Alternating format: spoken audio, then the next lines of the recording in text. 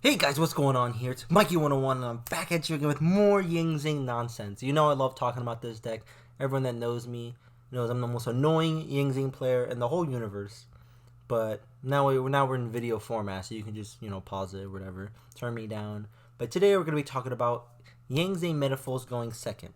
And the reason why I wanted to focus on this is because 50% of your games, whether at a competitive event or playing casually, are going to be spent losing die rolls and going second, right? And I just wanted to, focus and showcase and give some advice about how to play this deck going second. What do you want to do? Blah, blah, blah, blah. Let's just get right into it. Playing against Marine Cess, open Seahorse and, an extender in the form of Reborn, which is going to allow them to have the boss monster that's immune. Our opponent's actually a guy I know named Silence. Might have heard of him. He streams a lot. Pretty cool dude. Offers a lot of good competitive advice. Pretty good player. Check him out. And then his end board here, we have Get Out, which was sided in. This is like game 2. And, he was testing out Get Out as a side card. It's not a bad card. And then we have Wave, which is just a busted imperm, right? So those are it's a decent board, right? I mean, you got a towers. He has a towers, so it's pretty respectable. So right here, what you're going to see is us pop Chi-Win to set Fusion. And we want to summon Zephyr Neo. Right, and the reason why is because we're at to fusion summon for Mithrium, and we want to get value out of Zephyr Neo going to the extra deck when he's used for a link summon or something, right?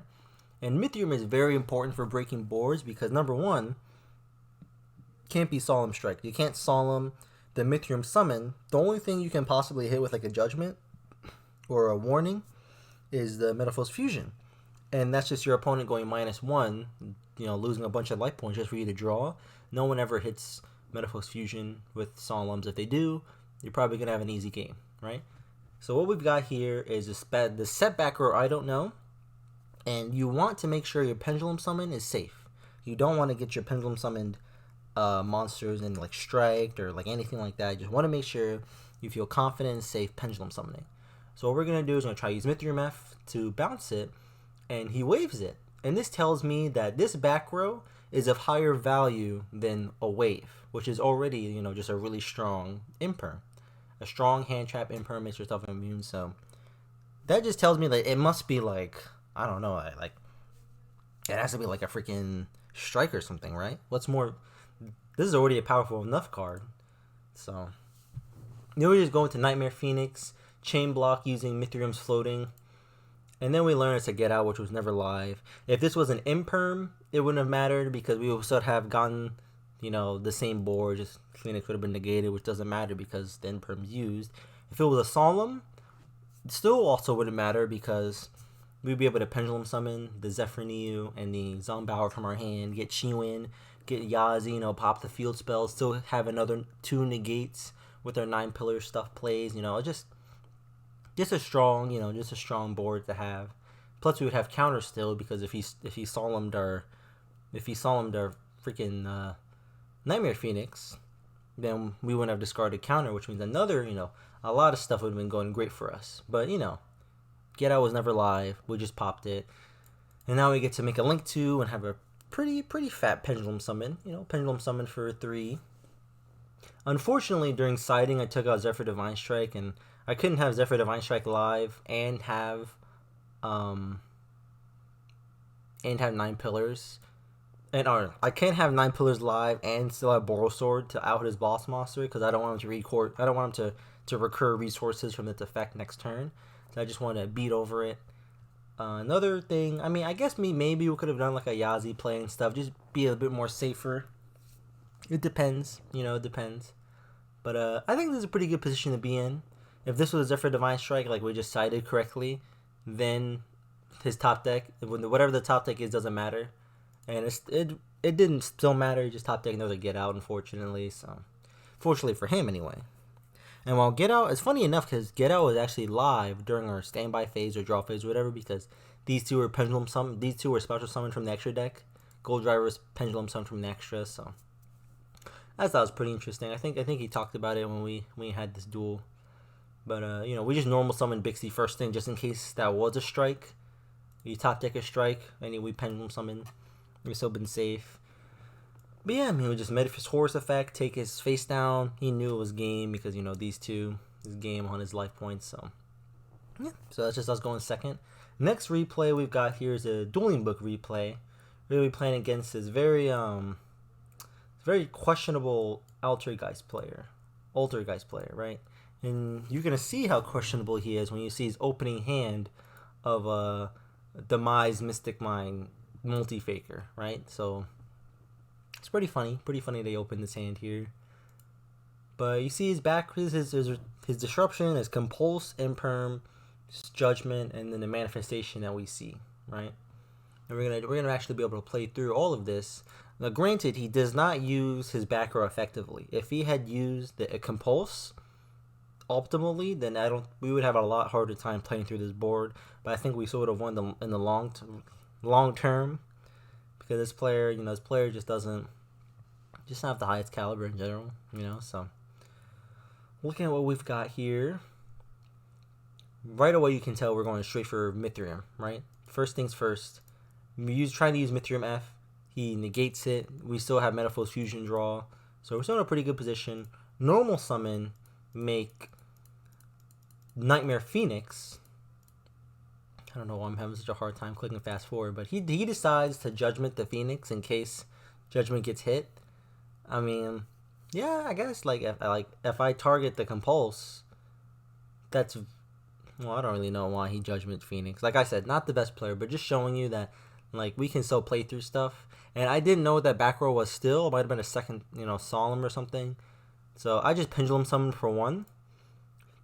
And the reason why I do that is because even if he Solemn the Zephyr summon, as long as he doesn't top deck anything good, we would still be in a pretty decent position, right?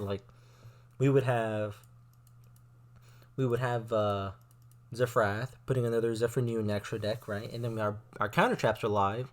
So what we would have done is next turn, Zephyrath effect, put Zephyr in our extra deck, right? Normal summon Jiatu, while the 9 pillars is live, we were able to secure the Pendulum Summon for Zephyr by using 9 pillars on normal summon Jiatu, right? I'm stuttering a bunch, I don't know, I'm just thinking really fast right now, like all these different scenarios, trying to describe them for you. But you can see, I didn't attack into his face down. I thought it was Meloseek, but I didn't want to give him a search. Turns out it was the multi-faker that he killed on his own by playing Demise, which is funny enough. And then he just Mystic Mines with a monster on board, which is also really questionable. I just pop my guy, go in the back, he tries to Solemn it, but Zephyr in the extra deck, now my counter traps are alive, I can protect my plays. He ends up bouncing the Backseer with Compulse, but, at this point, we're just in a really good position. He does top deck the Meloseek, but it gets 9 pillars, which is huge. We protect the Zephyr from getting destroyed with the Providence Engrave. We backsay his guy, and then we're just cleaning up. We have game anyway. He was at 2,000 life points. Now, you see, the rest of this duel, we could go through this, but I want to cover a different topic right now. Spoiler, Game 2, we just lose to the Floodgate, and then Game 3, we go second again, win. But right now, I want to cover a different replay here. We actually had a comment. We had a commenter from our YouTube, I think it was our anti-Nibiru video, right? He was asking, what do you do? Well, let's see here. Let's try and find the No Chiwin replay first. Right. Damn, I should have set this up earlier. Right there. Okay. Our commenter here was Joshua. And he's asking, a lot of the replays you had in this video, in this anti-Nibiru video, you either open Zambao and Chiwin. So you wanted to know, what do you do in examples where you open neither? And I'm glad he asked that because I want to be able to show, what routes you take when achieving certain boards and stuff. Now, this is the anti-Nibiru board, so it's not going to be as complex as, say, going game 1, going first boards and stuff like that. But we'll just cover them real quick. So here we have two, if you have multiple Metalfoes scales, Zephyr access with any Yang Zing, you just pop the Yang Zing twice, right? It'll set up the same requirements, having a Chiwin Engrave, a Yang Zing on board, Zephyr right here. You have the backseat for 3 play right here. No Chiwin, no Zambao needed. From hand at least. You need it from deck, but you know what I mean. You know what I mean. Then we have the second hand here. let's say you opened two Yang Zing floaters, only one scale, kind of almost standard looking hand, right? Now this hand actually is better in some cases than opening Chiwen directly. Like having two Yang Zings gives you a lot more flexibility in what you can do. Like here's an example. Let's say they have mind control. Like let's say my my obvious Metalfoes only player. Let's say he top deck mind control in topic, and he top deck mind control targeted either Zephyr or Chiwen, right? If he did that, we'd be able to use Bixie F to synchro summon these two together in order to dodge the mind control, right, and secure our Baxia for summon for later. Like if he puts down scales, we also save our negate too. Like if he targeted Bixie, then I think we would have to negate that with 9 pillars. But if he targets one of these, which I think is a lot more interesting for an opponent that doesn't know anything about Yang Zings, he probably want to target the Zephyr Niu, it's a pendulum, normal summon, make Electromite, something like that. You'd be able to dodge it, and then you'll still have Baxia for 2, because what you can do is 9 pillars the Bixie, summon Chiwen from the graveyard, summon another Yang Zing from the deck, like say Suwani, right? And then Suwani effects synchro summon Chiwen, synchro summon Chiwen and Yazi in the extra monster zone, still have a Baxia for 2. So that's how you would play like these sort of hands where you don't open Chiwen or Zanbaoao.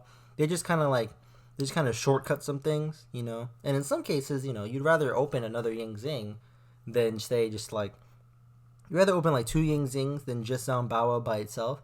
This is Zanbaoao just makes things a little bit more consistent stuff. But yeah, so that's how you play second with this deck, along with how to play some of these hands, and hope you guys learned something. Yeah, pretty cool.